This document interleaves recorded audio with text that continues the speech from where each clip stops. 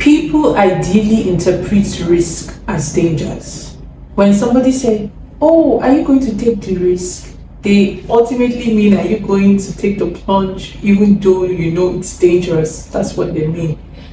Yeah, so today we are talking about being calculated risk takers.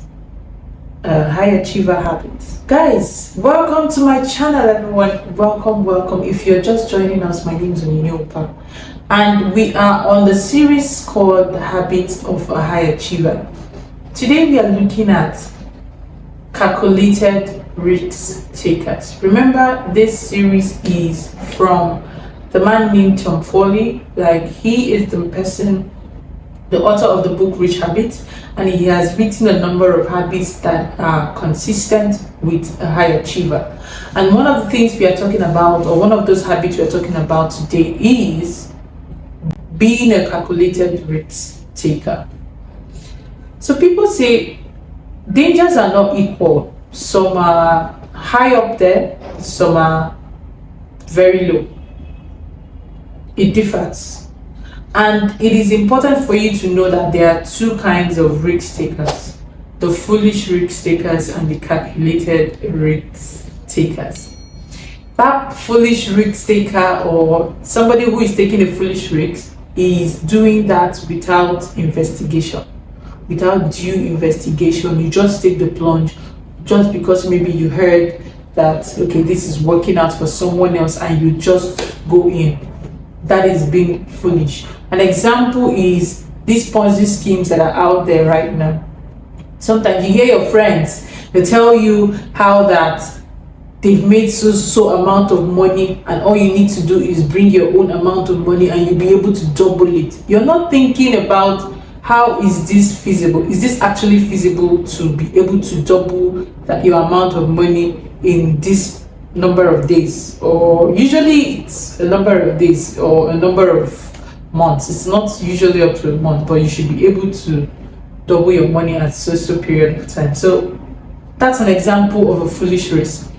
Now, on the other hand, calculated risk means that you have done your due diligence. You have gone through investigation, you've made your research, you've weighed the pros and the cons before actually taking the risk. Now remember that it is not always going to be a positive outcome, but the satisfaction that you have done all you need to do, or that the success outweighs the failure, is there with you. That satisfaction is there with you, and then when you eventually see the result, you'll be happy you took that risk, because you did your due diligence. So what are these tips to taking calculated risk? Number one, like I mentioned when I was defining calculated risk, is conducting research. It is very, very important to conduct research. Many times you hear people say, come invest in this, come invest in that, and at the end they leave a caveat and say, remember to do your own due diligence. I've seen a number of those people who are at least sincere. They leave that caveat and say, please, before you invest, do your own due diligence. This advice is not from a financial perspective. This is just my own point of view. Like, you see posts like that and say, please, you can invest in this, you can invest in that, and so on and so forth. And then they leave a caveat, do your own due diligence. That means the person is telling you that her own research, from her own point of view, it's okay to invest. But it is important that you do your own research so that you have something to hold on for yourself and say, this is why I'm investing. In case it doesn't go the right way, you say, yes, you went into this knowing that this could possibly happen, and not because somebody said. It is very important to go into something without having that notion in your mind, oh, she said it, I did it because she said it, I did it because he said it. No. Make sure you know your own truth for yourself before you plunge into anything. Business, whatever it is, even life in general, conduct researches.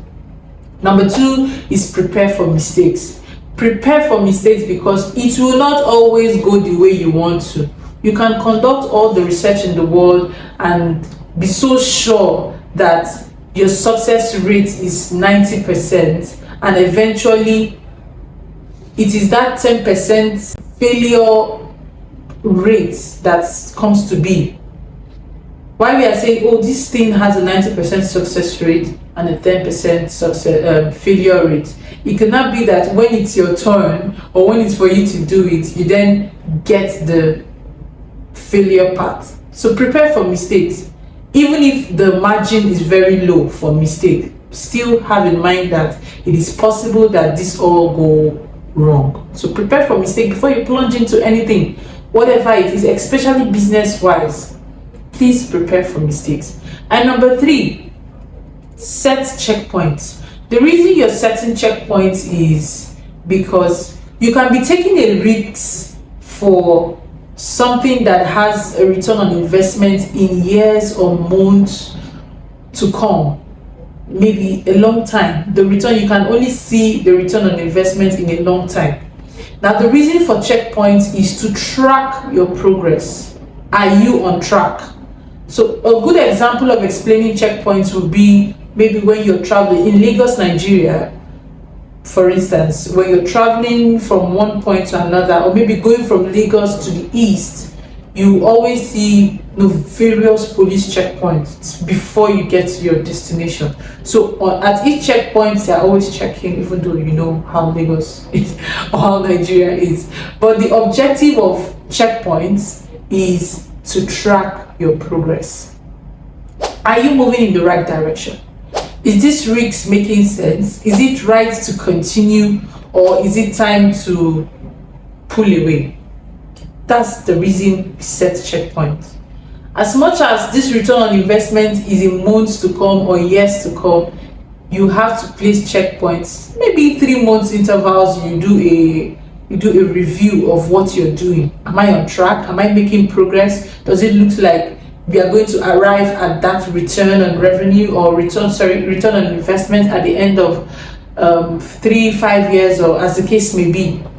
Check your progress. And number 4, I want you to try to think, is this the time to pivot? What I mean by pivot is this the time to take a step back? Sometimes you're working, you have a budget. I'll give an example. You have a budget of, say, 300k to conduct a project. In the event of doing that project, the project is supposed to last for 6 months. And halfway through, that's in 3 months' time, you notice that your budget was cut.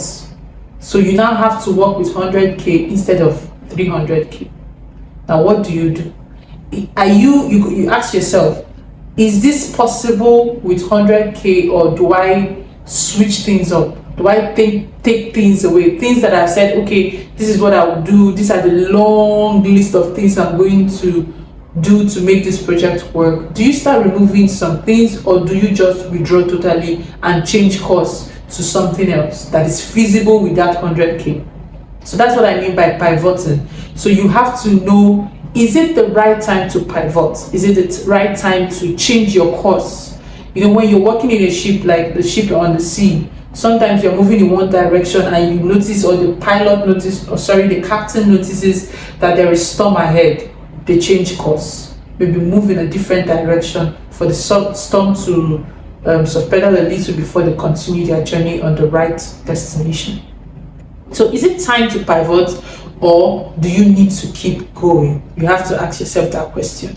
And finally, when it feels good, when the water feels good, when the situation looks right, please take the plunge. It will not always look perfect.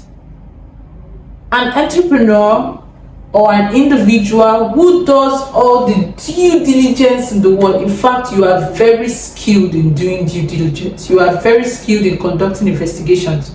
You're very skilled in checking out what is right and what is not right. But then when it comes to actually entering into that thing that you are taking or doing investigations for, you do not take the plunge. You do not. So the person who takes the plunge is actually the person who will see results. So when the water feels good, please take plunge. What I mean is, when it looks okay, we've done due diligence, we've checked, we've seen the pros and the cons, we've seen the possibilities of successes and failures. It is now time for us to actually go ahead and do this thing. So make sure that while you are checking out and saying, okay, I have to check first before I take the risk. After checking, now take the risk. You have to take the risk to see results. I mean, you've been calculating from the onset. So now that it's time to actually take the risk, make sure that you take that risk. So what are the tips I've mentioned? The recap. Number 1, conduct research. Number 2, prepare for mistakes. Number 3, set checkpoints. Number 4, pivot when it's necessary. And number 5, when it feels good, when it's comfortable, when the situation is okay, please take the plunge. Jump.